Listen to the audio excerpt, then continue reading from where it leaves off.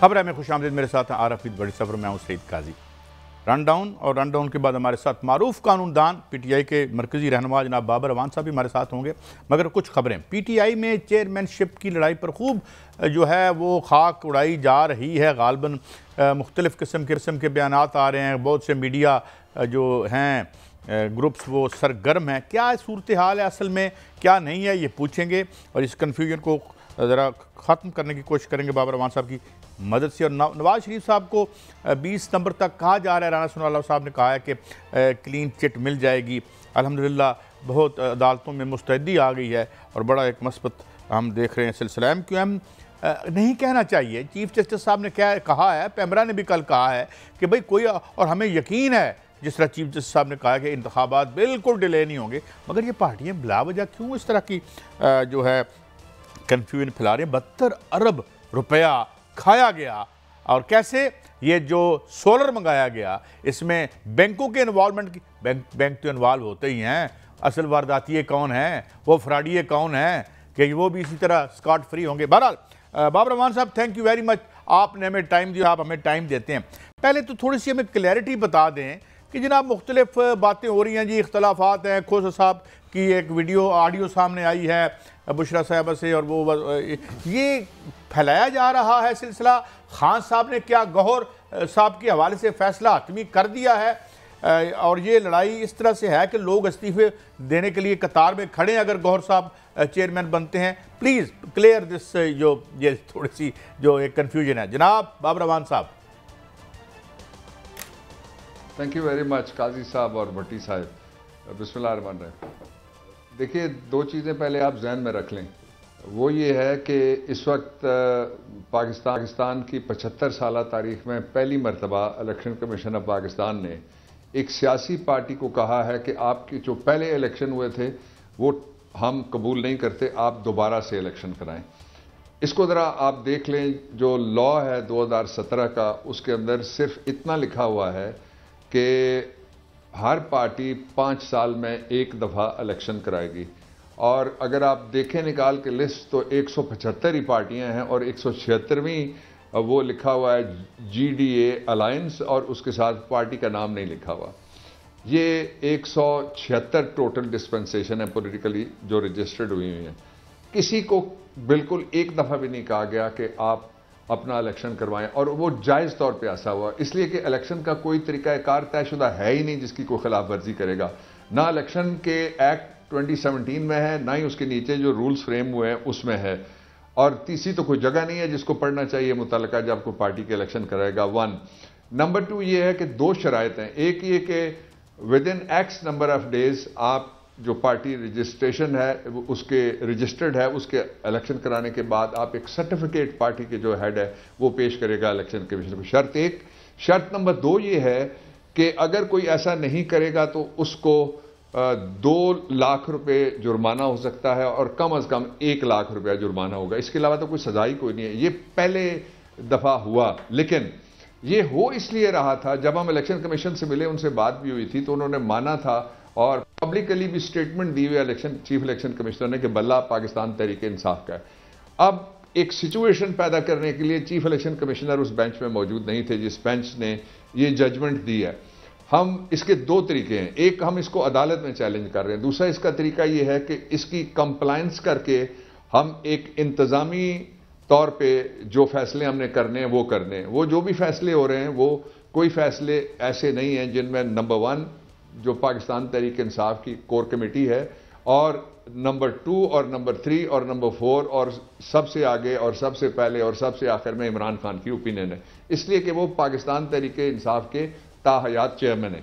एक ये मैं क्लैरिटी देना चाहता हूं कि ये अगर कोई इंतजामी किसी जगह के ऊपर हमारी ज़रूरत है तो उसका मतलब ये नहीं है कि कोई -1 कर सकता है या कोई -1 हो सकता है, कोई या -1 कोई सोच सकता है। दूसरी जो इंपॉर्टेंट बात है भट्टी साहब और काजी साहब इसी हवाले से याद रखने वाली, वो ये है कि कुछ लोगों की ये ख्वाहिश रही है, ये जो मई वाले वाक़यात से पहले भी ये लोगों की ख्वाहिश थी और आज तक ये ख्वाहिश है कि किसी तरीके से पाकिस्तान तहरीक इंसाफ के चेयरमैन और पाकिस्तान तहरीक इंसाफ इंतखाबात से बाहर हो। मैंने चीफ जस्टिस साहब के पास आज जब जिसमें जेली सजा हुई फर्जी मुकदमे में कैंगरू कोर्ट के जरिए से मुतासिब जज ने जो सुनाई थी, उसका जब एंड हो रहा था हमारी सबमिशंस का, तो मैंने चीफ जस्टिस साहब को ये कहा कि जिसको कहते हैं ना आप लेवल प्लेइंग फील्ड, वो होना चाहिए नजर आता हुआ। और it was well in time जब मैंने उनको ये कहा।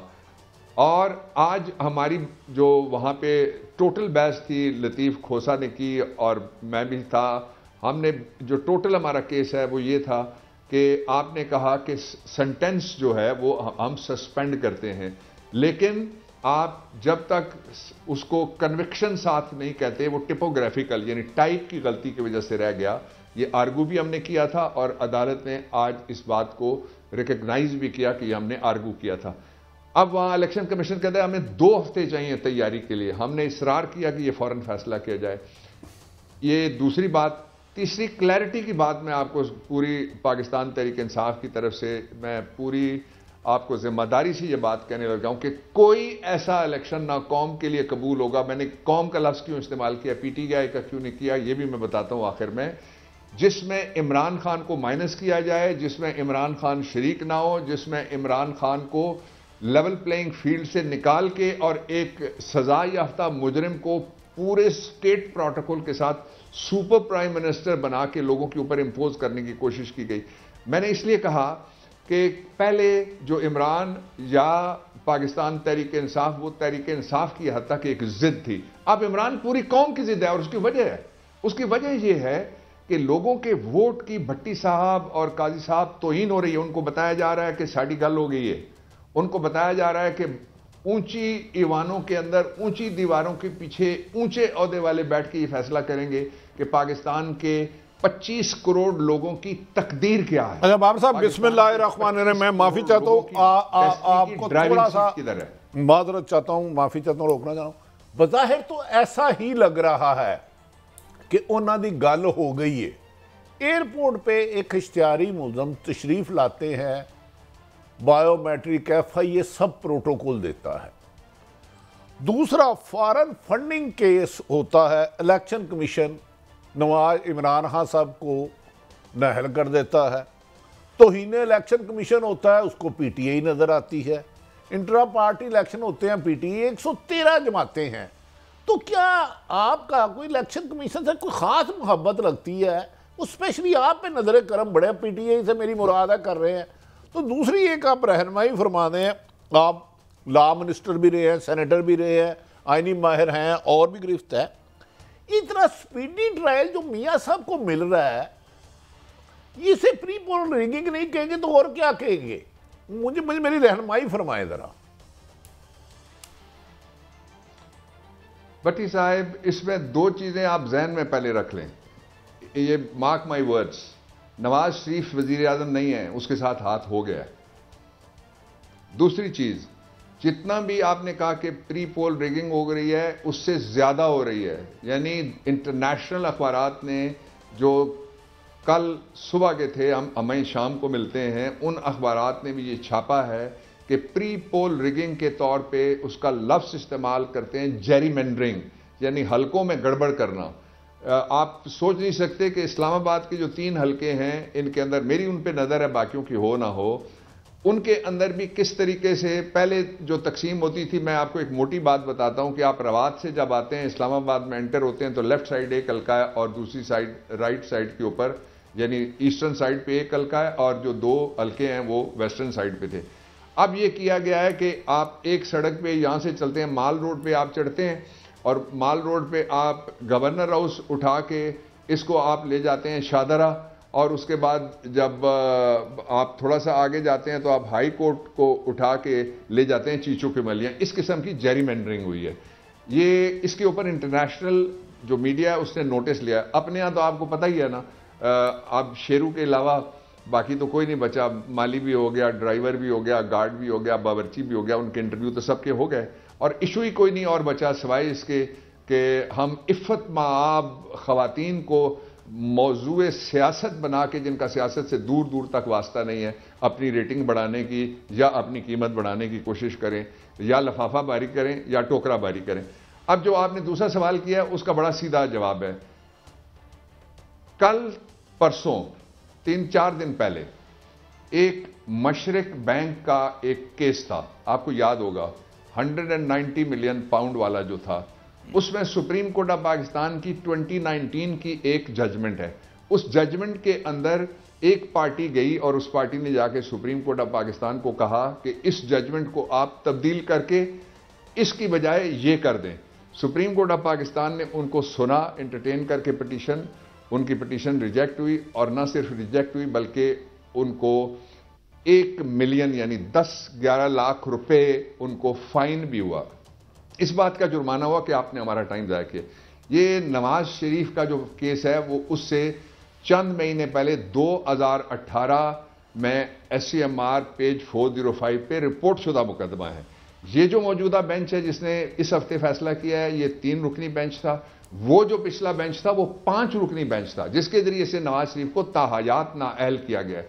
मुझे ये बताएं काजी साहब और भट्टी साहब कि अगर आपके पास एक तरफ एक हाथ में पकड़ा हुआ हो चेरी ब्लॉसम का डब्बा, दूसरे में हो 4 टंगी पटाखा, जिसका कोई एतबार नहीं होता कि वो हाथ में फटेगा या वो नीचे रखा जाएगा फटेगा, या क्या पता चारपाई के ऊपर रखा हो तो वहां फट जाए, तो किसको आप चूज करेंगे? जाहिर है एक नाजुक सी चीज जो ज्यादा मुफाहमत का एक जज्बा लेके जहां मलना चाहें जहां वो रगड़ भी खा जाती है और वो सजदारेज भी हो जाती है हर जगह, तो वो आप उधर जाएंगे। इसलिए I don't see Nawaz Sharif, जो मर्जी कर लें आप। एक पहलू मैंने आपको बताया, तायात नाअहली, किस एडिशनल सेशन जज साहब में अगर वो रिटर्निंग ऑफिसर हैं और कौन से एडिशनल डिप्टी कमिश्नर साहब अगर वो रिटर्निंग ऑफिसर में ये जान है कि वो कहें कि 5 जजों का फैसला मैं नहीं मानूंगा नवाज शरीफ की नाअहली का, और वो कहें कि कोई इलेक्शन का लॉ है जिसके नीचे मैं उसको इजाजत देता हूं, वो कौन सा लॉ है जो सुप्रीम कोर्ट ऑफ पाकिस्तान से भला है? इसलिए नवाज शरीफ तो किसी कीमत के ऊपर वजीर आजम नहीं है, उनके साथ हाथ होना था, हाथ हो चुका है। इसका मैं दूसरा आपको सबूत बताता हूं। जो मर्जी ये करते रहें, कुदरत भी काम कर रही है साथ साथ और लोग भी जाग रहे हैं। जो नवाज शरीफ के जितने भी चहेते हैं और जो उनके माउथ पीस हैं सरकारी तौर पे भी और पार्टी के अंदर से भी, वो 2 बातें कह रहे हैं। एक वो कह रहे हैं कि इलेक्शन हम किसी सूरत में मुलतवी नहीं होने देंगे। भाई तुम्हें शर्म नहीं आती? तुम्हें कोई हया नहीं है? तुम्हारी वजह से पंजाब जो सबसे बड़ा सूबा है उसका इलेक्शन मुलतवी हुआ, तुमने कहा कोई फर्क नहीं पड़ता, आर्टिकल 245 पढ़ो। तुम्हारी वजह से शर्म और हया करो। केपी का इलेक्शन अभी तक नहीं हुआ, वो आग में जलता रहा है। केपी 1979 से वो सबसे ज्यादा जख्म जो वो इलाके हैं हमारे, उनकी छातियों के ऊपर लगे हैं, उनकी जमीनों के ऊपर लगे हैं, उनके घरों के ऊपर लगे हैं, उनके खानदानों और बच्चों के ऊपर सबसे ज्यादा जख्म लगे हैं। उस जख्मी इलाके को एक मरहम मिला था। मरहम क्या है कि वो इलेक्शन के जरिए से अपनी तकदीर का फैसला कर सकते हैं। आप कहते हैं कोई फर्क नहीं पड़ता। फिर जो मरकज में बैठी हुकूमत है ये भी गैर आईनी हो चुकी है। तो ये गैर आईनी हुकूमतें आपकी वजह से बैठी रही, आप कहते हैं इलेक्शन मुलतवी नहीं। तो नवाज शरीफ कौम को एतमाद में लेने के लिए आज ही कौम से खिताब करे, नहीं तो कल करे, और बताए उसको क्या खदशा है कि इलेक्शन कौन मुलतवी करेगा और कैसे मुलतवी होंगे। 1 जो दूसरी इंपॉर्टेंट बात है काजी साहब और भट्टी साहब, वो ये है कि अगर आप ये कहते हैं कि इमरान खान लाडला था, वो आया नहीं, उसको लोग नहीं लाए, कोई और लेके आया, तो आपकी इस्तेकाम पार्टी क्यों नहीं इस्तेकाम हासिल कर सकी? आपकी केपी वाली जो खटक पार्टी है वो क्यों नहीं इस्तेकाम हासिल कर सकी? आपका नवाज शरीफ बाहर क्यों नहीं निकल रहा? आपके कैंडिडेट पब्लिक के पास क्यों नहीं जा रहे? जो मर्जी ये करें, पाकिस्तान की तकदीर में बदकिस्मती किसी ने नहीं लिखी। इंशाअल्लाह अज़ीज अच्छे दिन आ रहे हैं, और 8 फरवरी जो है इसको अगर कोई तब्दील करेगा तो सुप्रीम कोर्ट की on the face of the supreme court वो तौहीन कर रहा होगा, और उसका नतीजा फिर सुप्रीम कोर्ट ऑफ पाकिस्तान में आपने देखा कि जस्टिस अतर मिनुल्लाह साहब ने क्या जजमेंट दी है। उन्होंने कहा कि एक मुशर्रफ वो था जिसने आइन तोड़ा था, तो कोई वो भी तो थे जिन्होंने कहा था आपने ठीक तोड़ा है, आप 3 साल और तोड़ते रहे। जिन्होंने कहा था आप ठीक तोड़ा है, आप पूरे आइन के साथ खिलवाड़ कर सकते हैं, और जिन्होंने कहा था आपने बिल्कुल ठीक किया है। और पहली दफा मैंने आज एक केस के लिए फिर 200 केस पढ़ा, 1958 का भी, और जफर अली शाह केस 2000 का भी पढ़ा। जो 2000 का केस था उसमें उन्होंने जो जस्टिस मुनीर वाली जजमेंट, जिसकी वजह से बड़ा अच्छा खासा जज सारी जिंदगी के लिए अपनी सारी कमाई से महरूम हो गया, ये जो जफर अली शाह केस है उसने कहा था हैंस कैल्सन की एक थ्योरी है, नजरिया जरूरत। इन्होंने वो कहता था necessity, law of necessity, doctrine of, इन्होंने कहा स्टेट नेसेसिटी, रियासत की जरूरत है कि आप आइन तोड़िए, और रियासत की जरूरत है कि आप इलेक्शन ना करवाएं, रियासत की जरूरत है। दो बातें और कहीं कि करप्शन रैम्पेंट है। आज वो कहते हैं ना, सना खाने तकदीसे मशरिक को लाओ, ये गलियां, ये कूचे, ये बाजार दिखाओ, उनको बताओ ना कि आज किधर गए वो सारे जो कहते थे कि एहतसाब होना चाहिए। एहतसाब हुआ था ना, सुप्रीम कोर्ट ऑफ पाकिस्तान ने केस बनाए थे ना, कोई एक केस खुलने दो जजों से या अदलिया से, को क्या गिला करेगा। बाबर रहमान साहब, एक बात मुझे, एक बात और भी है, सरकार कहती है हमने केस नहीं चलाना।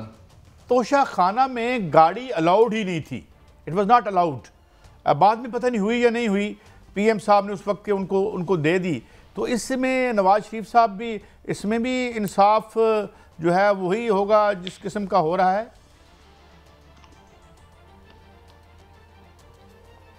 तोशा खाना के दो हिस्से हैं। एक हिस्सा यह है कि वो अशिया जो कैबिनेट डिवीजन की एक लिस्ट है, उस लिस्ट के अंदर पॉजिटिव हैं। पॉजिटिव मींस कि उनको नीलामी के जरिए से अंदर ही कीमत लगा के बेचा जाएगा। 75 साल में सिर्फ एक आदमी तकरीबन आधा जहाज भर के, इंग्लैंड में वो रहता है पाकिस्तान का, उसको ला के बैठाया गया था प्राइम मिनिस्टर के तौर पे, वो चला गया लेके। उसके घर में जो जाते हैं उनसे जरा पूछिए। दूसरा घर आपके पड़ोस में लाहौर में, वहां भी जरा देखिए झांकी का क्या क्या नहीं गया। वहां तो पाइन एप्पल अगलों ने नहीं छोड़ा, कीमती चप्पल आया वो नहीं छोड़ा, कंबल नहीं छोड़ा, और पता नहीं क्या क्या लेके गए होंगे। तो वो था जिसको आप कहते हैं पॉजिटिव लिस्ट। का मतलब है अलाउड है कि क्या क्या चीजें, एक कीमत तय करने का कंसल्टेंट होता है, कंसल्टेंट कीमत तय करेगा, वो आप दे के उसके ऊपर टैक्स दे के आप ले जा सकते हैं। वन, कुछ चीजें ऐसी हैं जो आप नहीं ले जा सकते, आपने उनमें से एक बता दिया, वो है गाड़ी। जो व्हीकल है वो नहीं ले जाया जा सकता, ये रूल्स में लिखा हुआ है, ये कानून है जो गवर्न करता है, रेगुलेशन उसके अंदर लिखा हुआ है। वो लेके कौन गए, उसमें 3 मुल्जमान हैं। तीनों मुल्जमान के खिलाफ 2 हाई कोर्ट्स ने एक से ज्यादा दफा ऑर्डर किया कि पिछले जितने भी लोग तोशा खाने की चीजें लेके गए, लाओ उनका रिकॉर्ड यहां रखो हमारे सामने, इस मेज पे हम उसको देखना चाहते हैं। और on the face of the court वो रिकॉर्ड पेश नहीं किया गया, उसमें से चोजन रिकॉर्ड पेश किया गया। जो चोजन रिकॉर्ड पेश किया गया उसमें कमाल की चीजें शहबाज शरीफ लेकर गए, वो एक तरफ रखिए। जो गाड़ियां गई हैं उसकी एक्सप्लेनेशन लोग टेलीविजन के ऊपर आके दे रहे हैं। टेलीविजन के ऊपर एक्सप्लेनेशन क्या दे रहे हैं, वो कह रहे हैं कि मुझे तो गिफ्ट मिला था, तो तोशा खाने में तो जाता ही गिफ्ट है, वो गिफ्ट हलाल है और दूसरे जो हैं वो हराम हो गए। इसलिए ये तोशा खाना नहीं था, ये सियासत खाना था और ये खच खाना था। बेसिकली उन्होंने खच मारी है जो उनके गले में पड़ी हुई है। किधर से लोग मानेंगे कि इमरान खान जैसा आदमी, आपने about 2 centuries of the cases, हर तरह की आप अदालत में गए, डेफेमेशन में आप गए, क्रिमिनल कोर्ट में आप गए, डकैती के केस में आप गए, एंटी टेररिज्म में आप गए, साइफर में आप गए, नैब में आप गए, FIA में आप गए, एंटी करप्शन में आप, कहां आप नहीं गए, निकला क्या उसके खिलाफ। एक घड़ी वो जो जनरल मुबीन है अफगानिस्तान वाले, वो जो कह रहे हैं मैं ये इतने करोड़ की घड़ी है, ये मैं गिफ्ट करता हूं, एक घड़ी आपको मिली, इसका मतलब ये हो कि कुछ नहीं है ना। उसके बाद आपको खानदान मिला, आपको गैर सियासी खवातीन घरेलू मिली, और उसके बाद आपको क्या मिला, ये जो सफेद पर्चियां आप पहले जहाजों से फेंकते थे, आप मखसूस टीवी स्क्रीनों से आप वही पर्चियां फेंक रहे जो बीबी। अच्छा बाबर साहब, गुजारिश है हम किसी की फैमिली के में बात ही नहीं करेंगे। सहाफत को भी इतना कम ज़र्फ नहीं होना चाहिए, बदकिस्मती जितनी हो गई है, बहू बेटियां सबकी एक जैसी हैं। बिल्कुल ठीक, बदकिस्मती है। मुझे किसी ने कहा, मैं कहा जी मैं इस टॉपिक पे बात ही नहीं करूंगा, मुझे आप एज ए गेस्ट ड्रॉप कर ले, मैं किसी की बेटी पे बात नहीं करूंगा, फैमिली लाइफ पे। आप कह रहे हैं नवाज शरीफ वजीर आजम नहीं हो सकते, उन्होंने शेरवानी सलाह दी। बज़ाहिर पब्लिक में जाते हैं तो तरीके इंसाफ नजर आती है, लेकिन आपके किसी बंदे को तो इलेक्शन कंपेन ही नहीं चलाने दी जा रही, वो अपने हलके में नहीं जा सकता।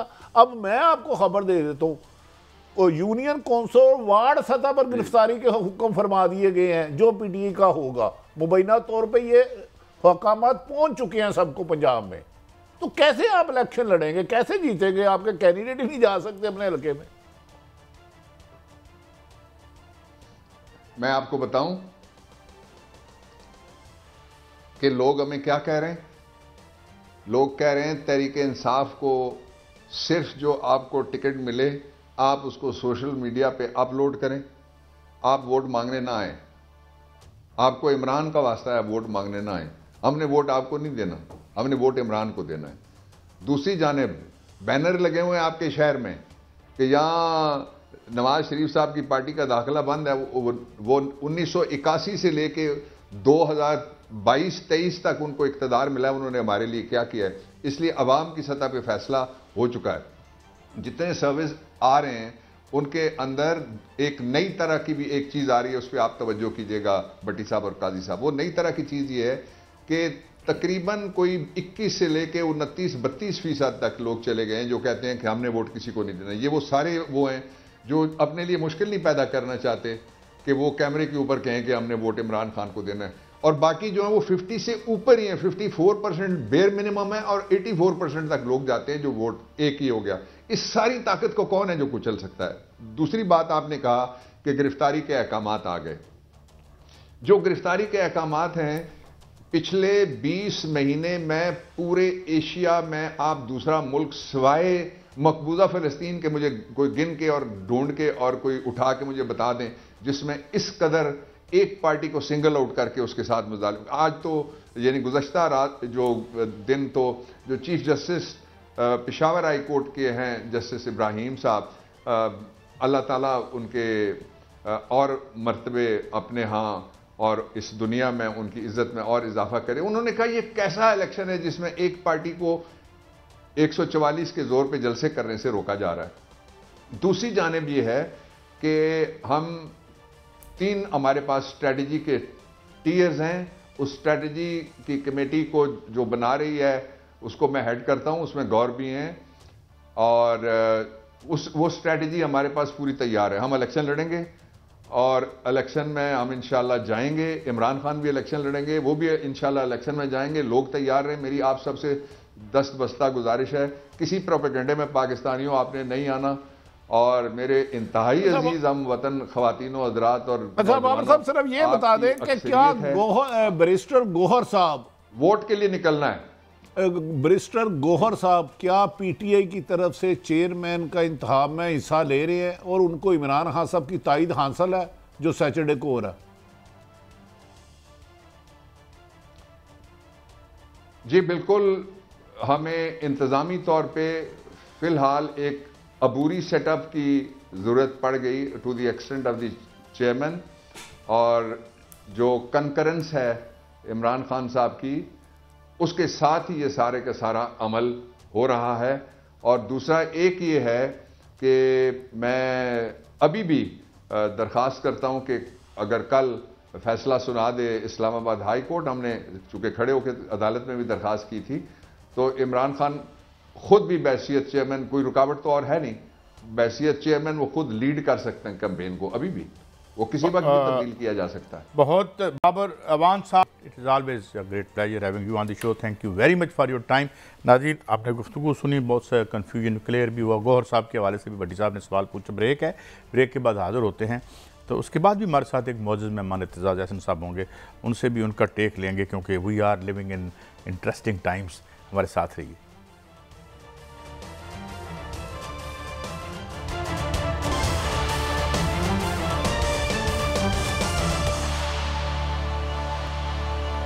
Welcome back. नाज़रीन हमें ज्वाइन किया है जनाब एतजाज़ अहसन, मारूफ कानूनदान, दानिशवर, सियासतदान। Thank you very much Aitzaz साहब।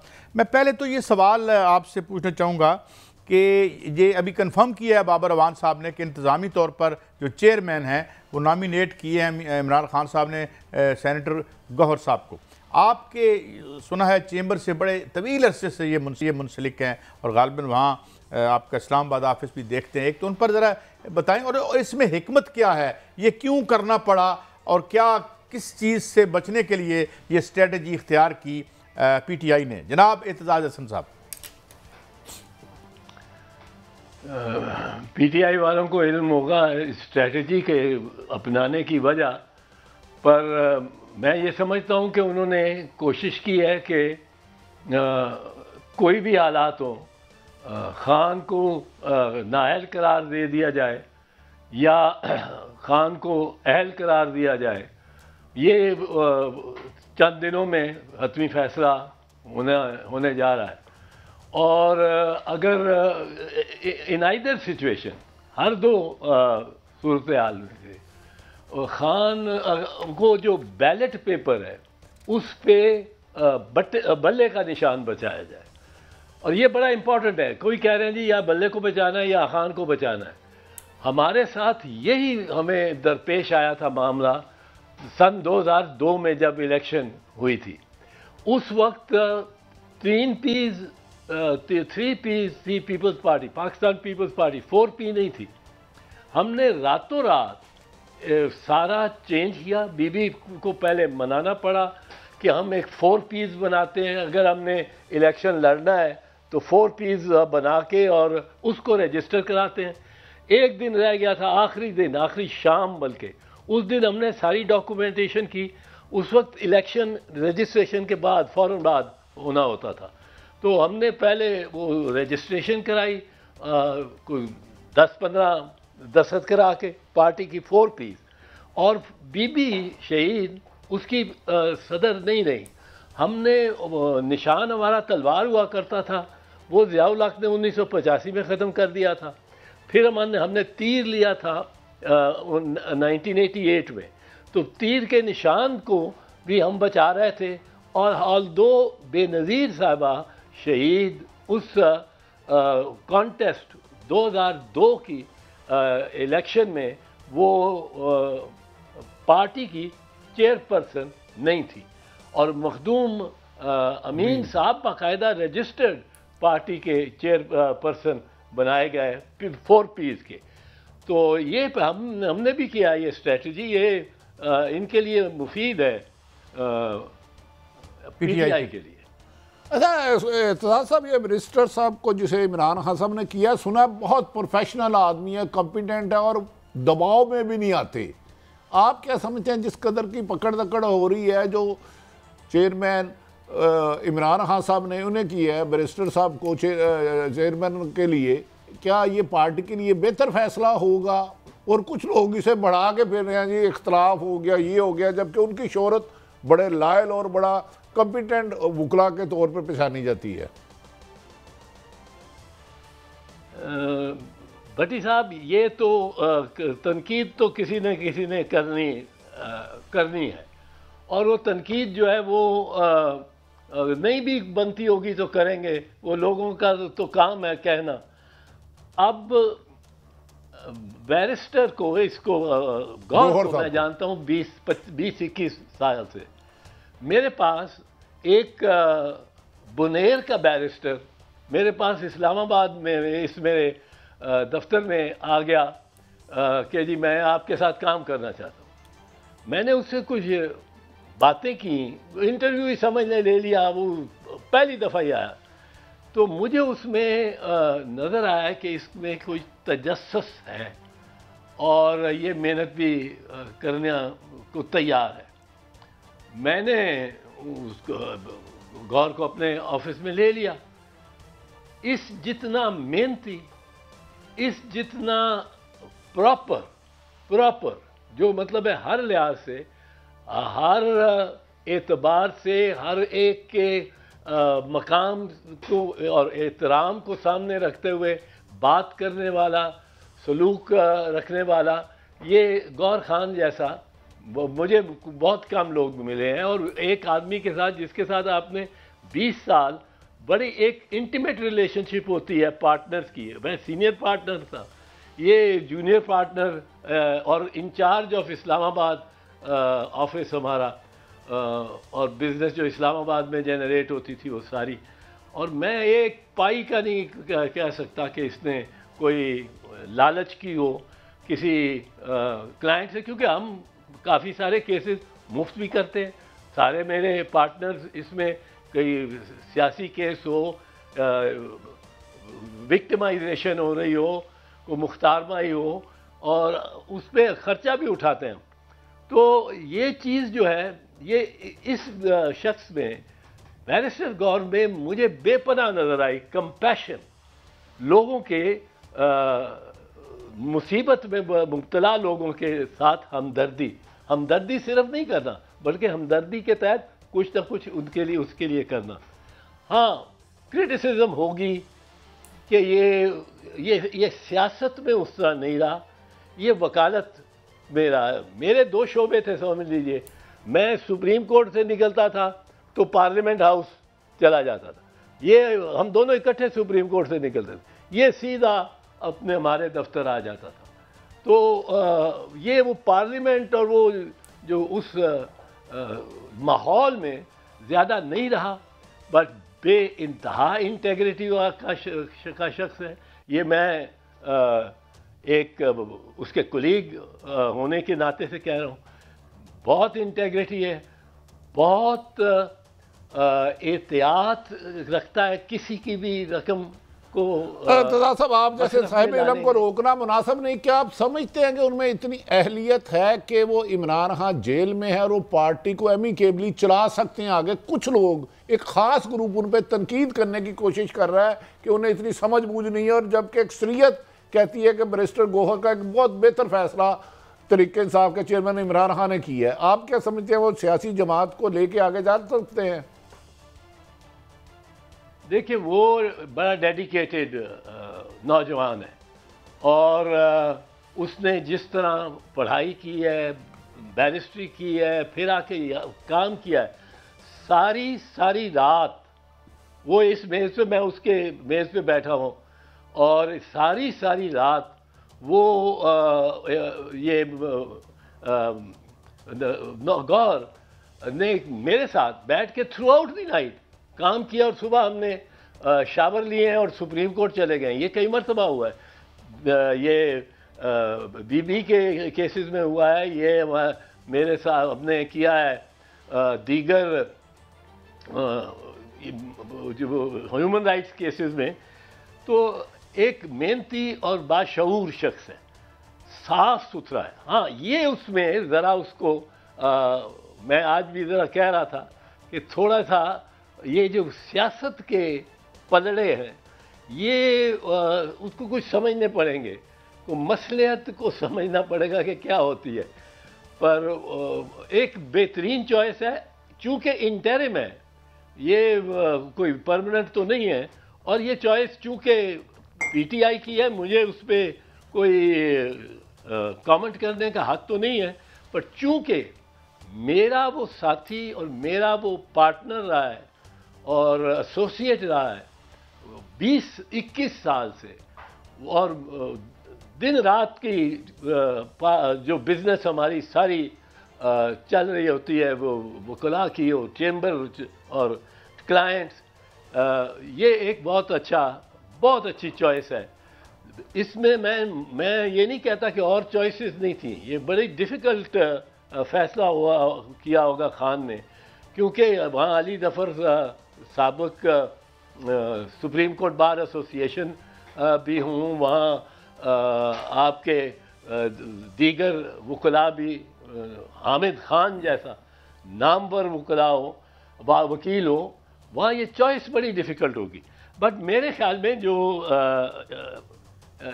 इमरान ने जो इसको इस तरह लिया होगा कि ये एक शख्स जो कि बैठता ही इस्लामाबाद में, उसको ये इस्लामाबाद के फोरम की जगह, मकाम की ज़्यादा ज़रूरत थी बनिस्बत के वो ये नहीं कि पेशावर में अली मोहम्मद कम होगा इससे या किसी और शहर में, बट ये इस्लामाबाद बेस्ड कॉन्फिडेंट एतमाद का साथी ये चाहिए होगा।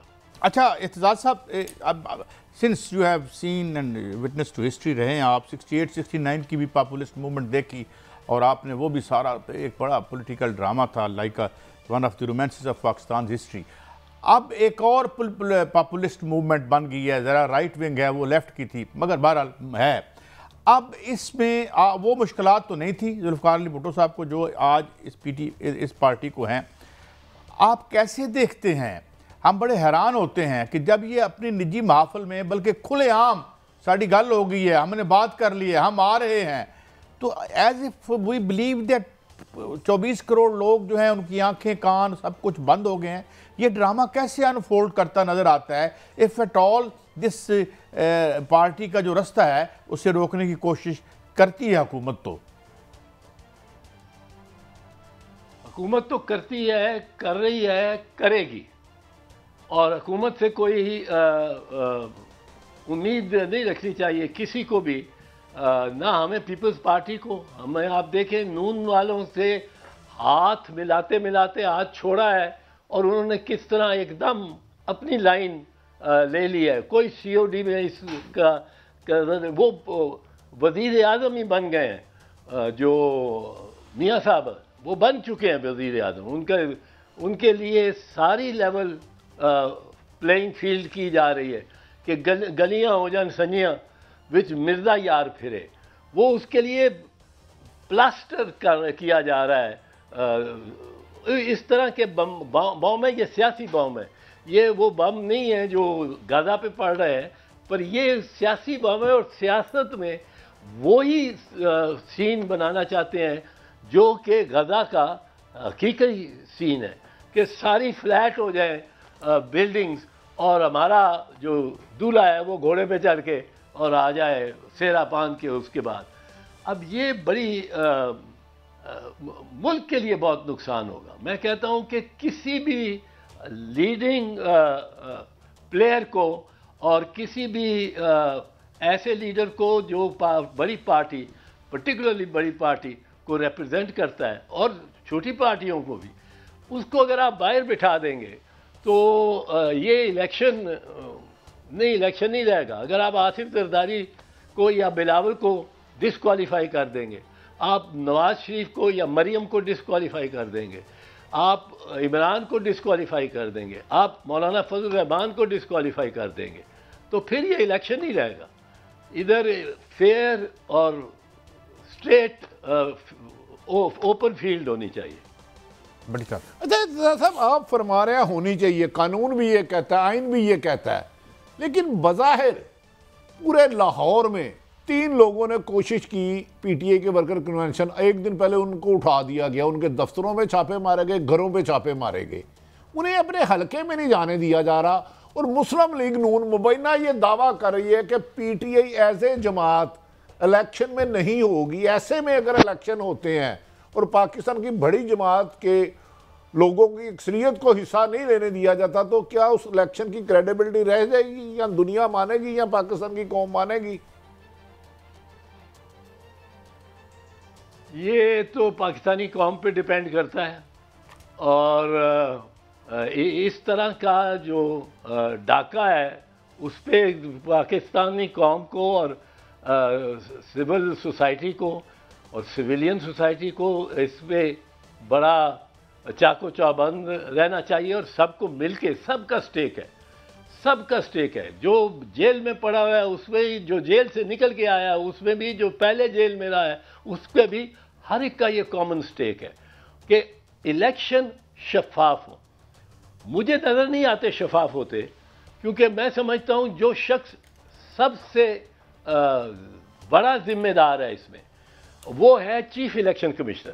चीफ इलेक्शन कमिश्नर को चाहिए था 14 जनवरी को या 12 वो तो अप्रैल बाद, 14 जनवरी को ये असेंबली पंजाब की डिज़ोल्व होती है।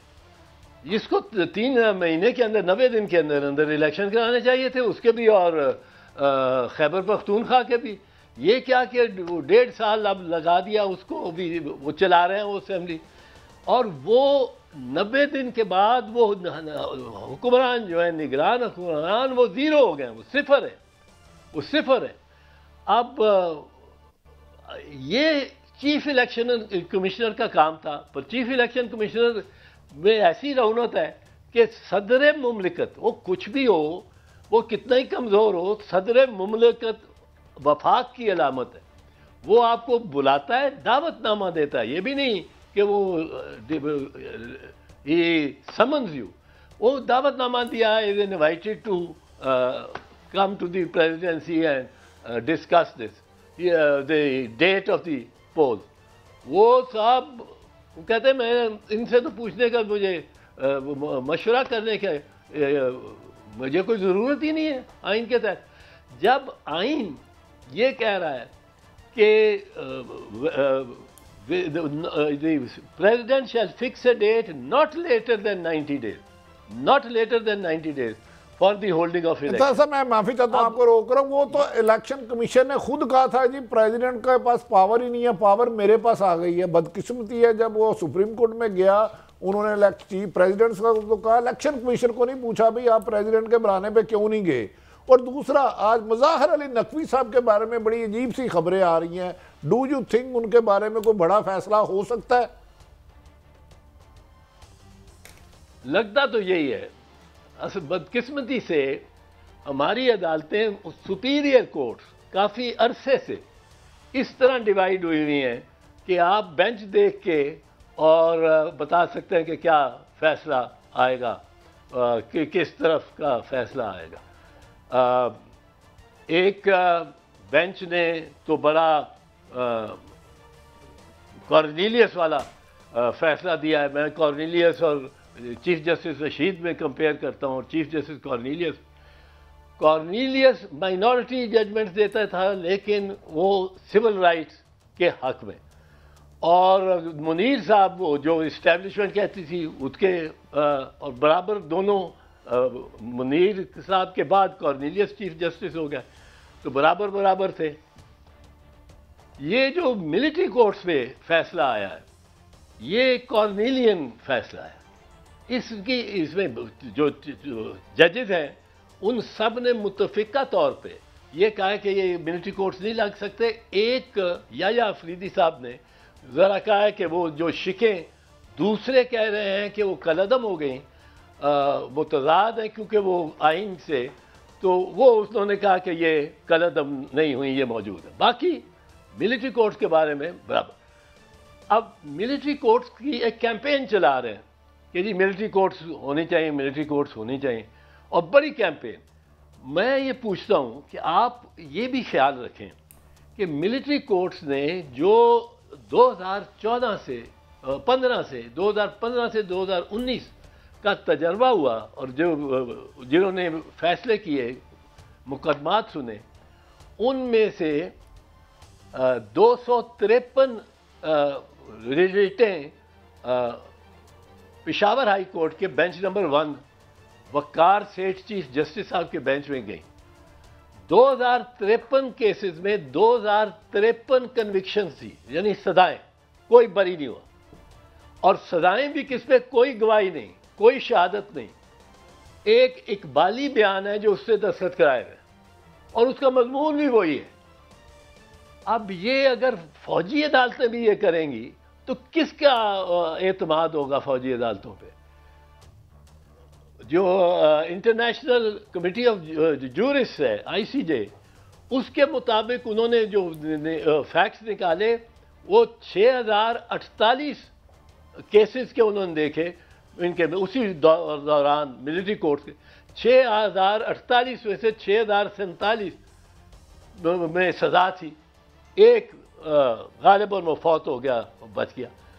तो ये मिलिट्री कोर्ट्स तो इस तरह इन्होंने चलाए हैं कि पुलिस ने जिसको भेज दिया आगे वो बस उसके लिए सजा ही है, कोई अदालत का बीच में अमल दखल कोई नहीं है। उसने एक लफ्ज़ लिखना है, गिल्टी एंड पनिशमेंट।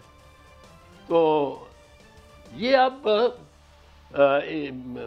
मैं ये कहना चाह रहा था कि ये लोगों को खुद अब महसूस करना चाहिए कि हमारे जो हकूक़ हैं वो अगर इलेक्शन शफाफ, साफ, ट्रांसपेरेंट, लेवल प्लेइंग फील्ड पे ना हुए तो उससे हम हैसियत कौम हम पे बहुत बुरा उसका असर भी पड़ेगा, डीमोरलाइजेशन भी होगी।